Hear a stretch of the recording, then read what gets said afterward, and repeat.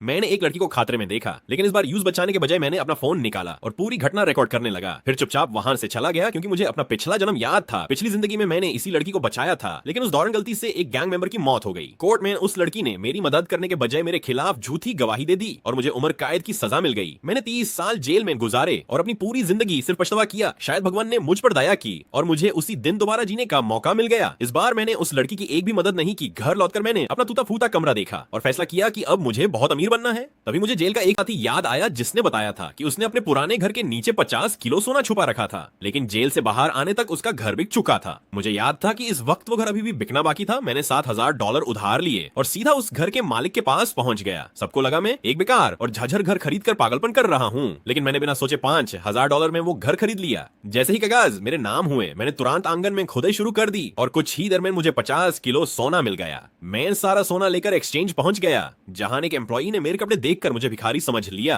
और बाहर निकालने लगा। तब मैंने बक्से से एक सोने की ईंट निकाली और पूरा हॉल खामोश हो गया। मैनेजर तुरंत मेरा स्वागत करने लगा और उस एम्प्लॉई को उसी वक्त नौकरी से निकाल दिया। वही लड़की भी मौजूद थी। उसने मुझे पहचाना और मुस्कुराते हुए कहा कि हमारे बीच सिर्फ एक गलतफहमी थी।